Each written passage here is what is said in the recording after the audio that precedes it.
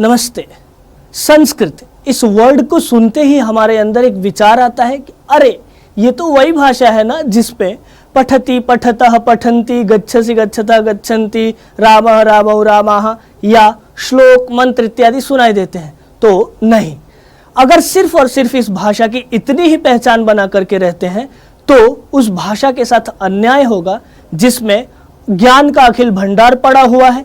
इस भाषा में अगर हम ज्ञान को देखें तो ज्ञान के हिसाब से इस भाषा में महाभारत, पुराण, रामायण, गीता, मैथ्स के बहुत सारे ही थ्योरम्स जैसे पाइथागोरस थ्योरम, ऐसे ही ट्रिग्नोमेट्री इत्यादि बहुत कुछ पड़ा हुआ है। अगर गीता की ही बात की जाए तो गीता में जितने भी प्रकार की समस्याएं हैं उन सभी समस्याओं से निदान के लिए दिया गया है। जैसे अगर आप डिप्रेशन में हैं तो आपको किस तरह ट्रीट करना चाहिए, लोग आपके साथ कैसे ट्रीट करें, ऐसे ही अगर आपको सेल्फ मैनेजमेंट करना है तो गीता आपके लिए एक बहुत ही अच्छी उपयोगी उदाहरण बन सकती है।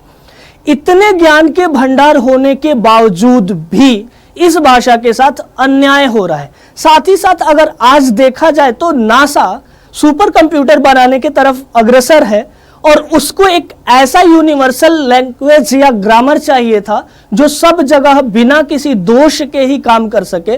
तो बहुत ही ज्यादा साइंटिफिक रिसर्च के बाद पता चला कि व्याकरण का जो पाणिनीय ग्रामर है वह एक यूनिवर्सल ग्रामर के रूप में यूज हो सकता है। संस्कृत की इतनी महत्ता है कि संस्कृत जैसे बोला जाता है वैसे ही लिखा जाता है, जैसा लिखा जाता है वैसा ही बोला जाता है। तो यह जो भाषा है वह कंप्यूटर के लिए बहुत ही अधिक उपयोगी हो रही है, उपयोगी है भी, थी भी। इस भाषा की इतनी उपयोगिताएं गिनवा सकता हूं मैं जिससे आप परिचित होंगे या आगे परिचित हो सकेंगे।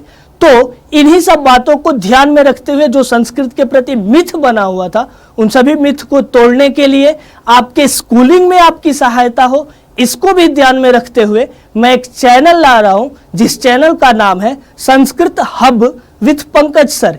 इस चैनल में हम आपके स्कूलिंग को भी ध्यान में रखेंगे, साथ ही साथ संस्कृत में और अधिक क्या क्या इंटरेस्टिंग है उसको भी ध्यान में रखेंगे। देखिए, अगर बच्चों आप ध्यान दोगे तो बात होती है कि संस्कृत जो है ना बेसिकली बहुत ही स्कोरिंग सब्जेक्ट है।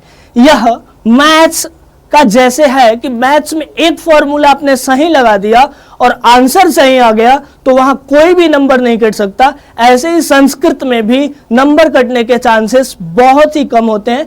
क्यों? क्योंकि यह एक बहुत ही इजी लैंग्वेज है। हाँ, आज यह फैला हुआ है कि संस्कृत टफ है, किंतु आप किसी भी टॉपर से बात करेंगे ना तो वह टॉपर यही कहेगा कि आप संस्कृत पे फोकस करो, स्कोरिंग है, अच्छे नंबर्स ले आएंगे। इन सब बातों को ध्यान में रखते हुए मैं जो चैनल ला रहा हूं आप उसको सब्सक्राइब कीजिए, उसके साथ बने रहिए, लाइक कीजिए, शेयर कीजिए। संस्कृत की यात्रा को हम वहां से शुरू करेंगे।